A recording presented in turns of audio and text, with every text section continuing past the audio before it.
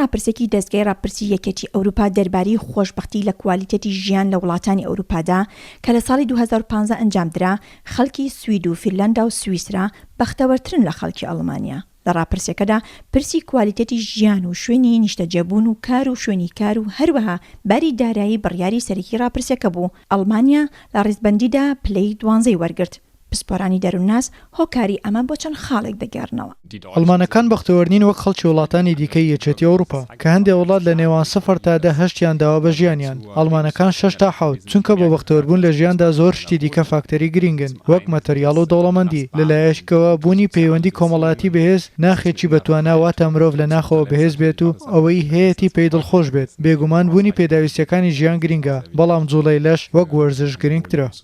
دکتۆر فێغەشیلد دەڵێ وڵاتێکی وەک ئەڵمانیا پاک و خاوێن و پێشکەوتوو لە هەموو بوارەکاندا ئەوەندە پێشکەوتووە کە ئاستی ژیان زۆر بەرزە. ئەمەش وای کردووە مرۆڤەکان زۆر مەتریال بەکاردێنن و کێشەیان بۆ دروست دەبێت لە بڕیاردان و بەردەوام هەوڵی زیاتر و زۆرتر دەدەن کە ئەمەش دەبێتە هۆی ناڕەزایی لە ژیان. لە لای زۆربەی ئەڵمانەکان لەسەر و هەموو شتێکەوە پێشکەوێت لە ئیشەکەی و موچەی باش بێت. مەتەریاڵ و بوونی هەموو شتێک زۆر بایەخی پێدەدرێت. دووەم شتیش پەیوەندی خێزانی و هاوڕێ و کەسوکار. ئەمە یەکێکە لەو هۆکارانەی کە زۆربەی خەڵک لە ئەڵمانیا بەختەوەر نین. لە لێکۆڵینەوەکانی بەشی دەروونزانی سەلمێنراوە خێزانێکی پتە و بەختەوەرمان دەکات. من زۆر جار بە نەخۆشەکانم دەڵێم دەبێت بزانیت تۆ چیت دەوێت لە ژیان تا بەختەوەر بیت. لەگەڵ ئەوەی ئەڵمانیا وڵاتێکی پیشەسازیە و بایەخ بە مافی کرێکار دەدات بەڵام لە بەشی موچەدا پێنجەمین پلەی وەرگرت. سوید و نەمسا و لوکسمبورگ و بەلجیکا لە پێش ئەڵمانیا بوون.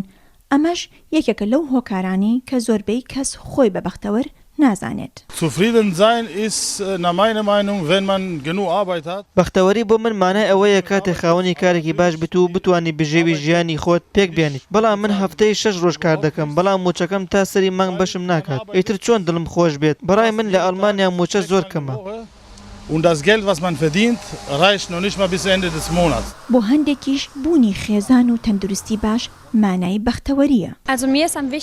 ئەوەی لای من زۆر گرنگە ئەوەیە کە خێزانەکەم تەندروست بێت هەم لە ناو کۆمەڵگایەکی باش و پەیوەندی سوسیالی باش بێت و هاوڕێی باشمان هەبێت. بێگومان پارە گرنگە بۆ ئەوەی بتوانی ژیانێکی خۆشت هەبێت. بەس پارە هەموو کەسێک بەختەوەر ناکات. وەک کەسێک کە خاوەنی خێزانێکی باش و هاوڕێی باش بێت من خۆم بەختەوەر دەزانم. وەک کەسێکی دینیم باوەرم بە ئاینی خۆم هەیە. لەوێش هێز و توانا وەردەگرم و خاوەن خێزان و هاوڕێی باشم بۆیە زۆر بەختەوەرم.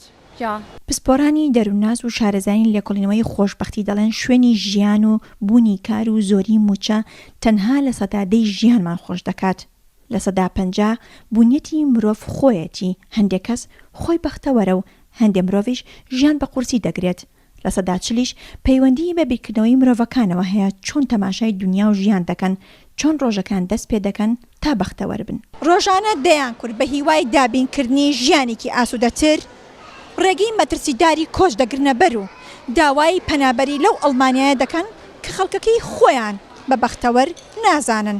ئەڵمانیەکانیش هاوشێوەی کورد ڕۆژانە گلەییان لە ژیانی خۆیان هەیە بەڵام بەو جیاوازی کە هەموو پێداویستەکانی ژیانیان بۆ خۆیان و نەوەکانیان دابین کردووە بەبێ جێهێشتنی وڵات و هەوڵی نەهێشتنی کەم و کورتەکانی خۆیان دەدەن. ئاڵاشاڵی ڕوودا و ئەڵمانی